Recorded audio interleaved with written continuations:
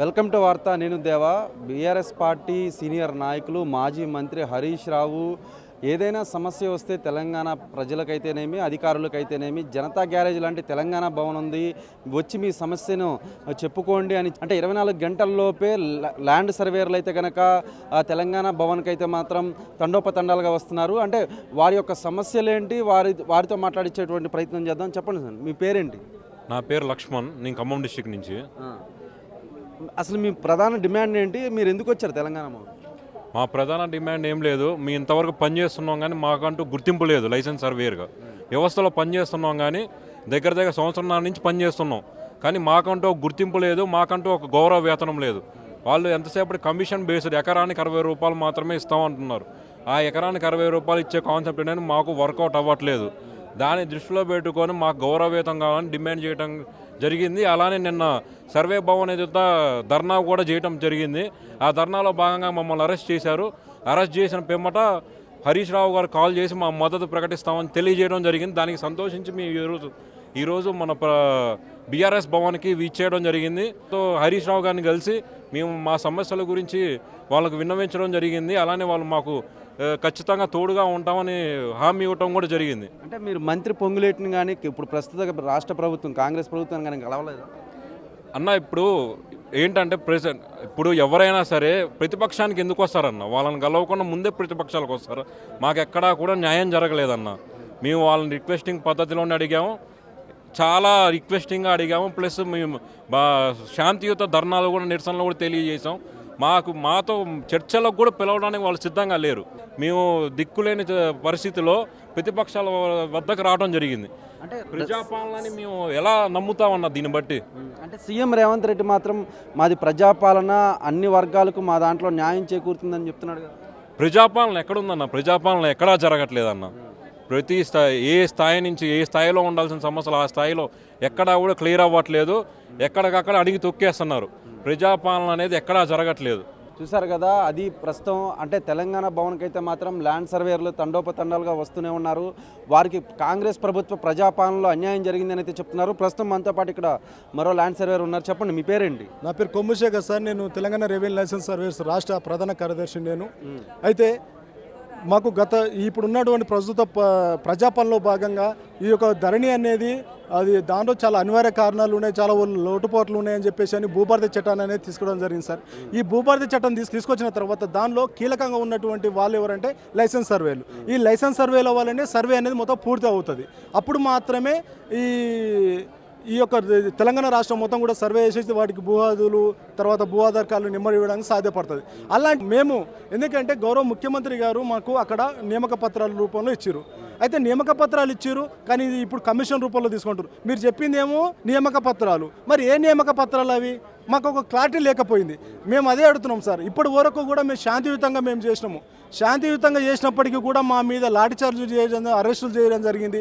కాబట్టి ఇప్పుడు మేము శాంతియుతంగా చేస్తే మమ్మల్ని పట్టించుకున్న మహానుభావులు లేరు. కాబట్టి మేము ఏమడుగుతున్నామంటే రాష్ట్ర వ్యాప్తంగా ఉన్నటువంటి ప్రతిపక్ష నాయకులు ప్రతి ఒక్కరిని కూడా మీరు మా సపోర్ట్ మాకు ఇవ్వండి. ఎందుకంటే మేము నిరుద్యోగులంగా ఉన్నటువంటి వాళ్ళము, అదేవిధంగా వివిధ సంస్థలలో పనిచేసినటువంటి వాళ్ళము ఇవాళ పిలిచి మరీ నిరుద్యోగులకు ఎక్కువ చేసిరు. మీరు మోసపోయినటువంటి నిరుద్యోగులు మమ్మల్ని పరిగణిస్తున్నారు. కాబట్టి దెబ్బతిన్న పాముకు ఏ విధంగా బుస కొడుతుందో అదే విధంగా మా యొక్క నెక్స్ట్ కార్యాచరణ ఏందనేది మీరు చూస్తారు ఖచ్చితంగా.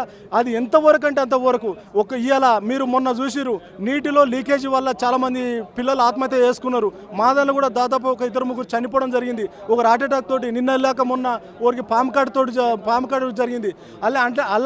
అలాంటి ఆటుపోట్లు జరగకుండా మాకు మీరు తీసుకున్నారు కదా. ఇప్పుడు ఉన్నటువంటి గౌరవ మంత్రి గారు మీరు అక్కడైతే ఏదైతే జరిగిందో అక్కడ విద్యాశాఖ మంత్రి గారు ఏదైతే రాజీనామా చేసిరో ఇక్కడ కూడా తెలంగాణ రెవెన్యూ శాఖ మంత్రి పొంగులేటి గారు కూడా మీరు రాజీనామా చేసేంత వరకు కూడా మేమంతా ఊకోము, మాకు తక్షణమే న్యాయం చేయాలి. పే స్కేల్తో కూడుకున్నాం. మేము ఇంతకుముందు గౌరవవేతనం అడిగినాం, ఇప్పుడు గౌరవవేతనం కాదు, మాకు పే స్కేల్తో కూడినటువంటి ఉద్యోగ భద్రత కావాలని చెప్పేసి అని కూడా మేము కోరడం జరుగుతుంది సార్. మీరు తెలంగాణ భవన్కే రావడానికి ముఖ్య కారణం ఏంటి? మాకు ఇప్పటి వరకు నిన్న తక్షణమే దాదాపు మేము 1500 మందిని మమ్మల్ని అరెస్ట్ చేసి సార్ మేము సర్వే భవన్ దగ్గరికి వెళ్ళేసి మేము సర్వే భవన్ ముట్టడిలో భాగంగా మేము కూడా ఎలాంటి ఆటంకాలు జరగని ఎక్కడ కూడా మేము ఆటంకాలు జరగలేదు, ఎక్కడ కూడా మేము ఆస్తి నష్టం జరిగించలేదు, ఎక్కడ కూడా ఏమంటారు మన రోడ్లు బ్లాక్ చేయడం కూడా ఎలాంటిది ఏం కార్యక్రమాలు చేయలేదు. అయినప్పుడు కూడా మేము సర్వే భవన్ లోపలికి వెళ్ళేసి అక్కడ ఉన్నటువంటి జేడీ గారిని మేము అడగడం జరిగింది. ఆ జేడీ గారిని మాత్రమే మేము అడిగి సార్ ఇట్లా సంగతి అని చెప్పేసి అంటే వచ్చిన వాళ్ళు ఆల్రెడీ మొత్తం ఎత్తేసుకొని పోయి కొంత లాఠీ చార్జ్ చేసి వివిధ స్టేషన్లో పెట్టకపోవడం వల్ల మాకు అప్పుడు పరిస్థితులు ఎక్కలేదు. ఎందుకంటే ఏ రాజకీయ నాయకులు మాకు టచ్లో లేరు. సార్ గారే మరి అక్కడ హరీష్ రావు గారు ఏం చేసిరో మరి మాకు తెలియదు, కానీ మొత్తం మీద దానిలో న్యూస్లో చూసేసి ఇమ్మీడియట్ అరే బాయ్ ఆ పిల్లలు అడుగుతున్నది నిజమైన కోరికనే కదా, మోసపోయినట్టులే కదా, వాళ్ళకి ఎవరు పట్టించుకుంటలేరు ఏంది అని చెప్పేసి ఆలోచించి ఇమ్మీడియట్లీ మళ్ళీ ఒక ట్విట్టర్లో ఒకటి ట్వీట్ చేయడం జరిగింది. ట్వీట్ చేసిన మరుక్షణమే తర్వాత అన్ని స్టేషన్లు గిట ఉంది సార్ అనే పరిస్థితి అంటే ఇమ్మీడియట్లీ అందరికీ ఇంటిమేషన్ చేసి అందరిని కూడా నైటు 7 గంటల తర్వాత 8 గంటల తర్వాత రిలీజ్ చేయడం జరిగింది. అంటే హరీష్ రావు చొరవతోనే మీ సమస్య పరిష్కారం అవుతుందంటారా? మేము హరీష్ రావు గారితో చొరవ పరిష్కారం అవుతుందని చెప్పేసి మేము అనుకోము, కానీ మాకు తక్షణమే మాకు అండగా నిలబడ్డటువంటి ఏకైక వ్యక్తి ఎవరంటే హరీష్ రావు గారు. కాబట్టి మేము సార్ మాకు న్యాయం కావాలి, మాకు సపోర్ట్ కావాలి, మాకు సపోర్ట్ లేకపోవడం వల్ల మాకు ఏదో ఎల్కేజీ పిల్లలకు చాక్లెట్ ఇస్తే ఈడ కూర్చోర్రి అన్నట్టు మాకు అదొక జోలు చెప్తారు. అక్కడ నుంచి ఒక పోలీస్ మిత్రులు వస్తారు, మీరు గీడంగా రారి నేను ఆడుకొని తీసుకొని పోతా, పెద్ద మనిషికి అడుగుకోపోతా, నేను మాట్లాడిస్తా. ఇవన్నీ దాదాపు 1 సంవత్సరం గడిచిపోయినాయి సార్. గడిచిపోయినా కానీ మాకేం సమస్య తీరతలేదు. అవంతా అప్పటి వరకు సాటిస్ఫై చేస్తారు పంపిస్తున్నారు.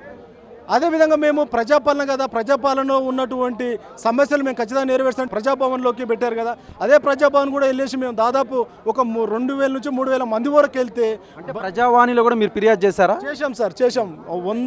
మేము దాదాపు ఒక్కరిద్దరం కాదు సార్, ఆ విజువల్స్ చూడండి, దాదాపు 2000 3000 మంది పైగా అందరం రోడ్డు మీద ఉంటే గలీజ్గా ఉంటుంది, మనకు బ్యాడ్ నేమ్ వస్తుందని అక్కడ ఉన్నటువంటి వాళ్ళ సిబ్బంది వాళ్ళందరూ ఏం చేసి లోపలి తీసుకుపోయి అక్కడ ఏనో ఒక అది మన పార్కింగ్ ఏరియాలో కూర్చోబెట్టి అక్కడ వాస్తవానికి చెన్నారెడ్డి సార్కి సెల్యూట్ చేస్తాం సార్. ఎందుకంటే అంత పెద్ద వయసులో ఉన్నటువంటి గొప్ప వ్యక్తి వచ్చేసి అరే బాబు మీ సమస్య జెన్యునే నాకు కూడా అనిపిస్తుంది, సరే దీనికి సంబంధించినటువంటి సంబంధిత అధికారులతో మాట్లాడతా, మినిస్టర్ గారితో మాట్లాడతా, మీకు అపాయింట్మెంట్ కల్పిస్తా అని చెప్పేసి అని నేను యాజ్ ఏ జనరల్ సెక్రటరీగా నేను ప్రెసిడెంట్ రమేష్ అన్నను తర్వాత మా టీంలో ఉన్నటువంటి కొంతమంది మిత్రులను అంటే ఒక 5గురిని మాత్రమే కీలకంగా తీసుకొని లోపలికి వెళ్ళడం జరిగింది. లోపలికి వెళ్ళిన తర్వాత ఏ ఒక్కరు కూడా మాకు అపాయింట్మెంట్లు ఇవ్వలేదు సార్. ఫైనల్గా ఏం చెప్పబోతారు మీరు? మేము ఫైనల్ ఒక్కడే చెప్తాం సార్, ఇప్పటికి కూడా మేము ఏదైతే ప్రతిపక్షాల దగ్గరకు పోవద్దని అనుకున్నాము, కానీ పోయేటట్టు మీరే చేసిరు కాబట్టి ఇప్పటికైనా చూడండి, మేము ఏ విధంగా అయితే మీ భూభారతి చట్టం అనేది మీరు కరెక్ట్గా ఇంప్లిమెంట్ చేయాలనుకుంటే మాకు అవకాశం ఇవ్వండి. మమ్మల్ని ఖచ్చితంగా మీరు మళ్ళీ మాకు పేస్కలతో కూడుకున్నటువంటి ఉద్యోగ భద్రత కల్పించండి.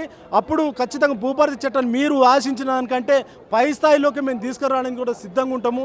ఇప్పటికైనా ఏం లేదు సార్, ఎందుకంటే మేము ఏం చేయాలనుకున్నాం, మేము ఎవరం కూడా చిన్న అంటే ఇంటర్ డిగ్రీ పీజీలు అంటే ఇంటర్ కంటే బిలో ఉండలేరు, ఇంటర్ నుంచి పైన స్థాయిలో ఉన్నారు. కాబట్టి మేము దలుచుకుంటే రానున్న రోజులల్లో ఏ గవర్నమెంట్ అయినా ఉంచగలుగుతాం, దించగలుగుతాం. ఎందుకంటే ఆ కెపాసిటీ మాకుంది. ఎందుకంటే మేము కేవలం 6500 మంది స్టూడెంట్సే కాదు, అంటే లైసెన్స్ సర్వేలే కాదు, 6500 మంది కుటుంబాలు వాళ్ళు పెళ్ళిళ్ళు చేసుకుంటే ఇంకా డబల్ అవుతారు, వాళ్ళు 6 రకాలుగా ఉంటాయి. దాదాపు గుర్తుపెట్టుకొని 13,000 కుటుంబాలతో మీరు పెట్టుకుంటున్నారు.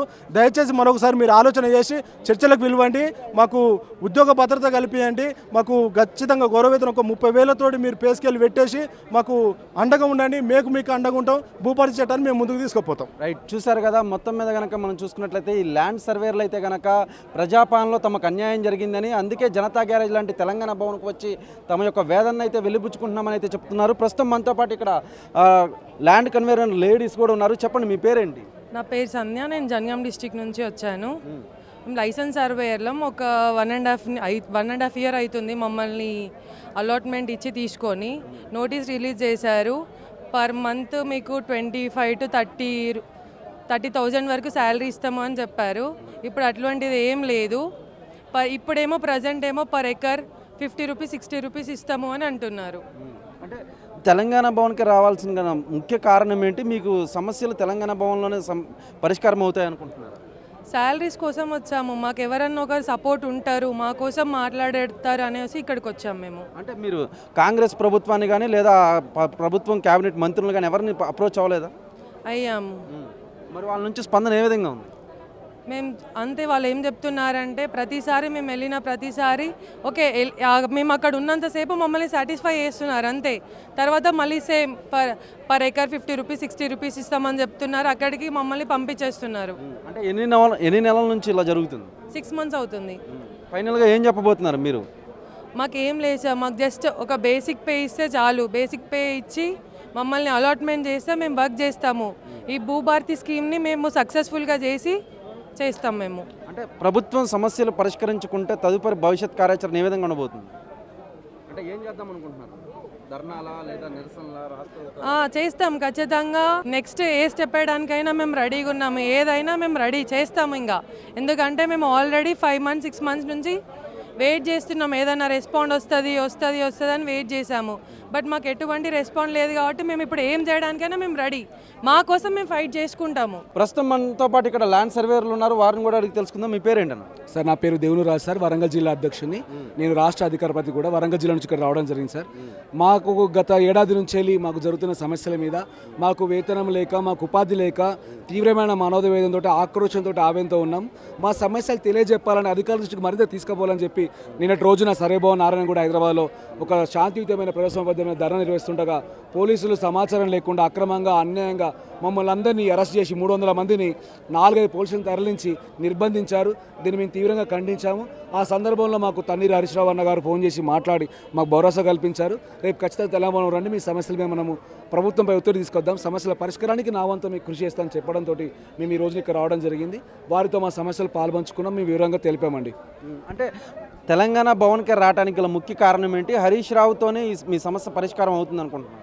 ఖచ్చితంగా మేము భావిస్తున్నాము. హరీష్ రావు గారు శాసనసభ ఉపపక్ష నేత. రాబోయే నెలలో ఖచ్చితంగా అక్కడ అసెంబ్లీ సమావేశాలు ఉన్నాయి కాబట్టి ఖచ్చితంగా వారు చర్చిస్తారని మాకు నమ్మకం ఉంది. వారు భరోసా కూడా ఇచ్చారు. రాబోయే రోజులలో ప్రభుత్వం ఈ మొండి పట్టుదలను వీడకపోతే రాబోయే రోజుల్లో రాష్ట్ర వ్యాప్తంగా లైసెన్స్ సర్వేలు చేపట్టే ప్రతి ఉద్యమానికి కూడా బీఆర్ఎస్ పార్టీ నియోజకవర్గ స్థాయిలో, జిల్లా స్థాయిలో, మండల స్థాయిలో కూడా సహకరిస్తున్న వారు హామీ ఇచ్చారు. నా వంతు కూడా ప్రభుత్వాన్ని ఖచ్చితంగా మేము అడుగుతామన్నారు. వారి మాటల మీద మాకు అపారమైన నమ్మకం ఉంది. ప్రస్తుతం మనతో పాటు ఇక్కడ మరో ల్యాండ్ సర్వేయర్లు ఉన్నారు. చెప్పండి మేడం, మీ పేరేంటి? నా పేరు సంతోష, నాగర్కల్ డిస్టిక్ ల్యాండ్ సర్వేయర్ని. అయితే మాకు ఒక 30 డేస్ 2 మంత్స్ ట్రైనింగ్ ఇచ్చింది. అయితే కేటగిరీ వైజ్గా 2500, 5000, 10,000 అమౌంట్ తీసుకొని నోటిఫికేషన్స్కి అప్లై చేసుకోవడానికి ఛాయిస్ ఇచ్చింది.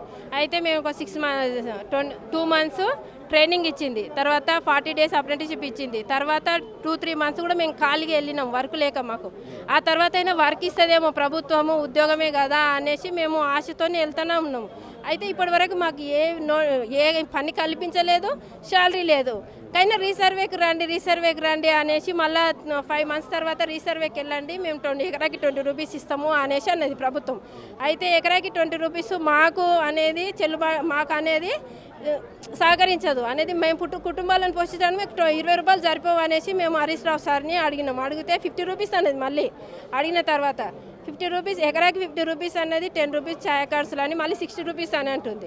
అయితే ఇప్పుడు ఈ 60 రూపీస్ తీసుకొని ఒకరోజు 1 ఎకరానే గోలుస్తాం. ఈ 60 రూపీస్ అనేది మా కుటుంబాలను మేము ఎలా పోషించుకోవాలి? రోజువారీ 60 రూపాయలు వస్తుందంట. 60 రూపాయలే వస్తుంది. మేము కుటుంబాన్ని ఎలా పోషించుకోవాలి? పోషించుకోవడానికి మా యొక్క కుటుంబాలు, మా యొక్క పిల్లల ఫీజులు అంటే 60 రూపాయల పని అనేది ఏ విధంగా కల్పిస్తుంది ప్రభుత్వాన్ని మేము అడిగినాం. అదేవిధంగా 60 రూపాయల పని అనేది మాకు సరైనది కాదు, మాకు గౌరవవేతనం ప్రకటించాలి. ఇంకొకటి అదేవిధంగా ఆంధ్రాలో కానీ విలేజ్ సర్వేయర్ ఉన్నారు కదా, ఆ విధంగా విలేజ్కి ఒక సర్వేయర్ని తీసుకొని గౌరవవేతనం ప్రకటించి మా యొక్క ఆరోగ్య భద్రతను కల్పించాలని మేము ప్రభుత్వాన్ని కోరడానికి నిన్న సర్వే భవన్కి వెళ్ళినాం. సర్వే భవన్కి వెళ్తే అందరిని తీసుకుపోయి పోలీస్ స్టేషన్లో వేసింది. పోలీస్ స్టేషన్లో వేసి మధ్యాహ్నం భోజనం పెట్టి మళ్ళీ 7 గంటలకు వదిలేస్తే మా యొక్క కుటుంబాలు బాగుపడినట్టేనా? మా యొక్క కుటుంబాలు బాగుపడాలంటే మీరు ఇచ్చిన లైసెన్స్ సర్వేయర్కి లైసెన్స్ సర్వే యొక్క విలువకు తగ్గ మాకు అనేది పని కల్పించి మేము పని చేయకపోతే అనేది లైసెన్స్ సర్వేని రద్దు చేయాలి. మేము రీసర్వేకి వస్తలేమని లైసెన్స్ని రద్దు చేయడం అనేది ఏ విధంగా రద్దు చేసింది? లైసెన్స్ సర్వేని లైసెన్స్ సర్టిఫికేట్ని రద్దు చేస్తే మాకు పని కల్పించకపోతే శాలరీ ఇవ్వకపోతే లైసెన్స్ అనేది రద్దు చేస్తుంది కలెక్టర్ ఆఫీసు. మొన్న రంగారెడ్డి డిస్టిక్లోనే ఏమో చేసిరంట. ఆ విధంగా అది సరైనది కాదా అనేది మేము ప్రభుత్వాన్ని కోరడం అయినది. ఇంకొకటి, మీరు తెలంగాణ భవన్కి రావడానికి గల ముఖ్య కారణం ఏంటి? మీ సమస్యలు హరీష్ రావుతోనే పరిష్కారం అవుతాయి అనుకుంటున్నారు? మేము తెలంగాణ భవన్కి రావడానికి ముఖ్య కారణము మా యొక్క గౌరవ వేతనం ప్రకటించాలని హరీష్ రావు సార్ని కోరినాము. ఇంకొకటి మా యొక్క ఆరోగ్య భద్రత, అదేవిధంగా ఆంధ్రప్రదేశ్లో ఉన్న విలేజ్కి ఒక సర్వేని ప్రకటించాలి సార్ అనేసి మేము హరీష్ రావుని కోరడం అయినది. హరీష్ రావు సార్ ఉండి మీకు ఏ విధంగా మీ యొక్క సమస్యలని మేము ఇప్పుడున్న అసెంబ్లీ సమావేశాల్లో మేము తెలియపరుస్తామమ్మా, మీకు న్యాయం జరిగే విధంగా మేము పోరాడతాం అనేసి చెప్పింది సార్. చూశారు కదా, మొత్తం మీద కనుక మనం చూసుకున్నట్లయితే ఈ యొక్క ల్యాండ్ సర్వేర్లకు సంబంధించి ప్రస్తుతం అంటే గతంలో కనుక చూసుకున్నట్లయితే 25,000 నుంచి 30,000 దాకా వేతనం వస్తుందని భూభారతిలో జాయిన్ చేసుకున్నారని, కాకపోతే ఇప్పుడు ప్రస్తుతం మాత్రం ఎకరానికి 50 రూపాయల నుంచి 60 రూపాయల వరకే ఇస్తామని చెప్పడంతో ఒక్కసారిగా కూడా ల్యాండ్ సర్వేయర్లు ధర్నాకు దిగిన పరిస్థితి. అదేవిధంగా అంటే గతంలో కూడా ప్రజాపాలన, కాంగ్రెస్ ప్రభుత్వంలో ఉన్నటువంటి ప్రజాప్రభుత్వం చెప్పుకున్నటువంటి మంత్రి పొంగులేటి శ్రీనివాసరెడ్డి దగ్గరికి వెళ్ళి కలిసినా కూడా వారి నుంచి అయితే కనుక వారి సమస్యకు పరిష్కారం దొరకకపోవడంతోనే ధర్నాలు, రాస్తారోకోలు నిర్వహించడంతో అటువైపు పోలీసులు కూడా ఎక్కడికక్కడ వారిని అరెస్టు చేయడంతో మాజీ మంత్రి హరీష్ రావు చొరవ చేసుకొని మరి వారిని అంటే ఉన్న పలంగా బెయిల్పై విడుదల చేపించారు. అదేవిధంగా వారి యొక్క సమస్యను జనతా గ్యారేజ్ లాంటి తెలంగాణ భవన్కు వస్తేనే పరిష్కారం అవుతాయని అనుకోవడంతోనే తెలంగాణ భవన్కు వచ్చామని, వారి యొక్క సమస్యలపై అయితే కనుక మాజీ మంత్రి ప్రస్తుత సిద్దిపేట ఎమ్మెల్యే హరీష్ రావుకు వినతి పత్రం కూడా సమర్పించామని, ఇప్పటికైనా సరే ప్రజాపాలనలో కాంగ్రెస్ ప్రభుత్వం చొరవ తీసుకొని ల్యాండ్ సర్వేయర్ల యొక్క సమస్యలు పరిష్కరించకుంటే కనుక తదుపరి భవిష్యత్ కార్యాచరణలో అటువైపు ధర్నాలు కానీ రాస్తారోకోలు కానీ నిర్వహిస్తామని, ఈ ప్రభుత్వంని వాళ్ళ యొక్క సమస్యలు పరిష్కరించకపోతే ఎంతవరకు అయినా సరే మగ ఆడ అని తేడా లేకుండా కూడా ధర్నాలు రాస్తారోకోలు చేస్తామని అయితే మాత్రం ల్యాండ్ సర్వేయర్లు చెప్పుకొస్తున్న పరిస్థితి. కెమెరామెన్ శ్రీకాంత్, దేవా, వార్త, హైదరాబాద్.